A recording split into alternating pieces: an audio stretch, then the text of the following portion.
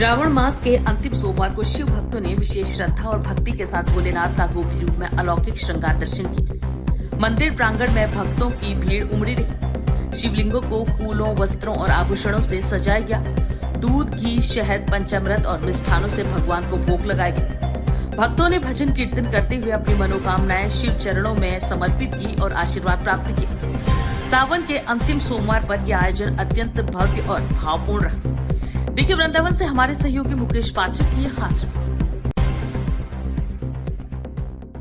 श्रावण मास चल रहा है। इस समय हम मौजूद हैं प्राचीन शिव मंदिर गोपेश्वर महादेव में। तो आज हम इनकी लीलाओं का वर्णन और गोपेश्वर महादेव के बारे में जानेंगे कि जो महादेव यहाँ पर विराजमान हैं शिवलिंग के रूप में, उनका गोपेश्वर और जो महादेव के नाम से जाने जाते हैं तो गोपी धन महादेव, तो गोपेश्वर महादेव कहा जाता है। तो उनके बारे में यहाँ की मुख्य सेवायत हैं, आज उनसे जानेंगे उनकी लीलाओं का वर्णन और उनका महत्व कि यहाँ पर कितने प्राचीन हैं और क्या विशेषताएं। हमारे साथ जुड़ चुके हैं यहाँ के मुख्य सेवायत। तो आइए हम इनसे जानेंगे गोपेश्वर महादेव के बारे में क्या विशेषताएं और क्या महत्व है, क्या मान्यताएं हैं। भगवान शंकर जब महाराज के दर्शन करने के लिए आए थे तो भगवान शंकर जब उस महाराज की माता पार्वती के साथ जब उस महाराज में प्रवेश करने के लिए गए तो ललिता विशाखा दो सखियाँ जो उस द्वार पर मौजूद थीं, माता पार्वती तो अंदर चली गई लेकिन भगवान शंकर को अंदर जाने नहीं दिया। तो भगवान शंकर ने कहा हम बहुत दूर से आए हैं, हमको महाराज के दर्शन करने हैं। तो ललिता विशाखा सखी ने कहा कि अंदर सिर्फ एक भगवान कृष्ण एक पुरुष है, बाकी सारी स्त्रियाँ हैं और 16,108 स्त्रियाँ हैं, इसलिए बाबा आप अंदर नहीं जा सकते। तो भगवान शंकर ने कहा कि कोई ऐसा उपाय करिए जिससे कि हम अंदर जा सकें। तो उन्होंने कहा आप यमुना महारानी के पास जाइए। यमुना महारानी भगवान कृष्ण की पटरानी है, लेकिन उस महाराज में यमुना महारानी नहीं गई थी। तो भगवान शंकर जब यमुना महारानी के पास गए तो यमुना महारानी ने अपना सारा श्रृंगार करके तो भगवान शंकर को भेज दिया। तो वो सखी समझकर महाराज में पहुंच गए। जब नृत्य होने लगा हर सखी के साथ, क्योंकि कृष्ण थे तो एक कृष्ण इनको भी मिले।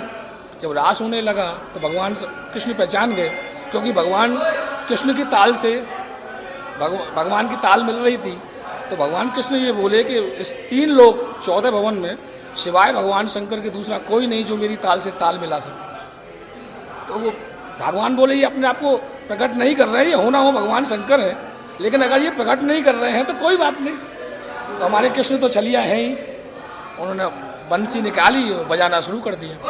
उस बंसी के धुन में ये भगवान शंकर ये भूल गए कि मैं किस भेष में हूँ, किस परिवेश में हूँ। तो जब नाचते नाचते वो घूंघट हट गया तो भगवान कृष्ण ने हाथ पकड़ लिया और पहला संबोधन किया, आइए गोपीश्वर। अब कहा आइए गोपीश्वर, इस बात से राधा रानी रूठ गई।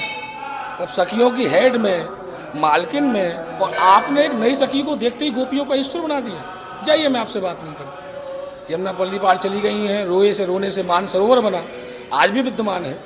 तो भगवान कृष्ण मनाने पहुंचे कि भगवान शंकर हैं। तो राधा रानी जो इतना रोई है कि रोने से मान सरोवर बन गया, लेकिन जैसे उन्होंने पता पड़ा कि भगवान शंकर है तो तुरंत अपने आंसू पहुँच के चली आई।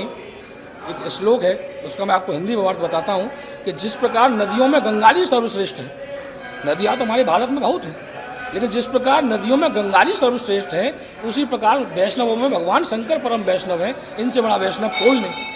तो जैसे ही भगवान राधा रानी ने सुना कि भगवान शंकर, तो आंसू पहुँच के चले आए। तो गोपीश्वर के नाम पे इनको विद्यमान किया। तो भगवान ने ये कहा कि प्रभु ऐसी कृपा करिए कि मैं नित्य महाराज के दर्शन करता रहूँ। तो राधा कृष्ण ने इनको यहाँ स्थापित किया, ये वरदान दिया कि हमारा व्रत 84 कोष में है और हम 84 लाख योनियों में फंसे हुए हैं। आप 84 कोष की यात्रा करिए, अगर आपने गोपेश्वर महादेव मंदिर के दर्शन नहीं किए तो आपको आदि यात्रा का महात्म नहीं मिलेगा। ये राधा कृष्ण का वरदान है। ये विश्व में अकेला मंदिर है जहाँ भगवान शंकर स्त्री रूप में विद्यमान है। 5,500 वर्ष पुराना मंदिर। भगवान कृष्ण के पंथी, भगवान कृष्ण के पुत्र हुए प्रद्युम्न के हुए अनिरुद्ध, अनिरुद्ध के हुए वज्रनाभ, वज्रनाभ के द्वारा इनका जीर्णोद्धार कराया गया, इनको ढूंढा गया, तब से विद्यमान मंदिर विद्यमान है। 5,500 वर्ष पुराना है। स्वयं प्रकार की स्वयं भू मूर्ति है। दिन में जल चढ़ता है, शाम को गोपी बन के श्रृंगार के दर्शन करते हैं। रामाकाल में भगवान राम जी ने कहा है कि जा पर कृपा न करही पुरारी, सो न पाव मुनि भक्ति हमारे।